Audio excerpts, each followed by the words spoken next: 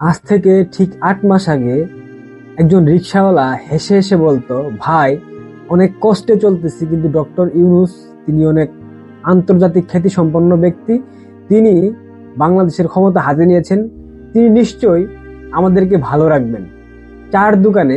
চায়ের দোকানি বলতো, মামা ইউনূস সাহেব এসেছে, উনি দেশটাকে অনেক ভালোভাবে গড়ে তুলবে, আমরা আমাদের ছেলে মেয়েদেরকে খুব ভালো শিক্ষায় শিক্ষিত করতে পারবো। প্রাইভেট টিচার, সিএনজি চালক, গার্মেন্টস কর্মী থেকে শুরু করে প্রত্যেকটা খেটে খাওয়া মানুষ একটা আশার সঞ্চার দেখেছিল, তাদের মধ্যে একটা আশা নিয়ে তারা অপেক্ষায় ছিল ডক্টর মোহাম্মদ ইউনূস আসবেন, জাতির ত্রাতা হয়ে এই বাঙালি জাতিকে মুক্ত করবেন। দীর্ঘ 15 বছরের যে পরাধীনতার শিকলে আবদ্ধ ছিল পুরো বাঙালি জাতি, সেই জাতিকে পরাধীনতার শিকল থেকে মুক্ত করে সেই জাতির গণমাধ্যমকে, সেই জাতির বাক স্বাধীনতাকে, সবকিছুকে মুক্ত করে তাদের হাতে তুলে দেবেন ডক্টর মোহাম্মদ ইউনূস।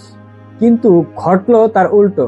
মাত্র কয়েক মাসের ব্যবধানে প্রত্যেকটা শ্রেণীর মানুষ ক্ষুব্ধ, বিরক্ত, কারণ ইউনূস নামের একজন আশার প্রতীক বর্তমানে তিনি হয়ে উঠেছেন যন্ত্রণার জনক।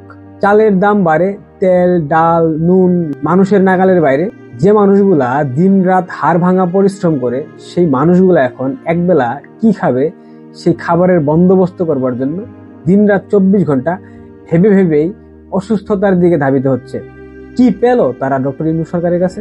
নিম্নবিত্ত বস্তিতে বসবাস করছে, রিক্সা চালাচ্ছে, নিম্ন মধ্যবিত্ত অফিস থেকে ফিরছে ক্লান্ত হয়ে, মধ্যবিত্ত সন্তানকে চাহিদা পূরণ করতে পারছে না, সন্তানকে স্কুলে পাঠাতে পারছে না, কোচিং এ পাঠাতে পারছে না, মাস শেষ হবার পূর্বেই বেতন আয়ের টাকা শেষ হয়ে যাচ্ছে, দিনমজুরের পকেটে টাকা নেই, চায়ের দোকানে খদ্দের নেই, স্কুল শিক্ষকের চোখে স্বপ্ন নেই, তবুও তারা দেশের জন্য ভালো চেয়েছিল। কিন্তু ইউনূস তিনি ছিলেন বিশ্ব সফরে, উন্নয়নের বুলি আওড়ানুতে, আর ছিলেন ব্যস্ত এক প্রতিহিংসার রাজনীতি বাস্তবায়নে।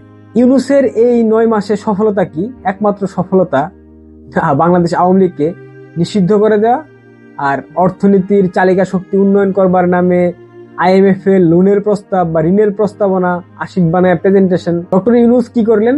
আওয়ামী লীগকে নিষিদ্ধ করলেন, বিএনপি কে নিয়ন্ত্রণে নিলেন, কিন্তু জনগণের ক্ষুধা তো নিষিদ্ধ করতে পারেনি ডক্টর ইউনূস। ডক্টর ইউনূসের সরকার ভেবেছিল মানুষ চুপ থাকবে, প্রতিবাদ করবে না, রুখে দাঁড়াবে না, কথা বলবে না, কিন্তু তাদের সেই ধারণা ভুল প্রমাণিত হয়েছে। মানুষ কথা বলতে শুরু করেছে, মানুষ প্রতিবাদ করতে শুরু করেছে, মানুষ জেগে উঠছে। এই যে আমি কান ধরে বলছি, যদি সামনের সংসদ নির্বাচনে আওয়ামী লীগ যদি নির্বাচন করার সুযোগ পায় তাদের নিজস্ব প্রতীকে, তাহলে আমি বিগত সময়ে এই যে আওয়ামী লীগের যে বিরোধিতা করছি সবগুলোর জন্য অগ্রিম কান ধরে বলছি, আমার ভোটটা আমি আওয়ামী লীগকেই দেব, জি, এবং আওয়ামী লীগের ভোট করব।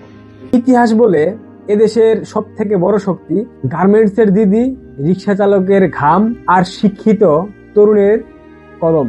এবার তারা কিন্তু সত্যি জেগে উঠেছে। ইউনূস সাহেব, আপনাকে বলতে চাই, আপনার পতন শুরু হয়ে গেছে।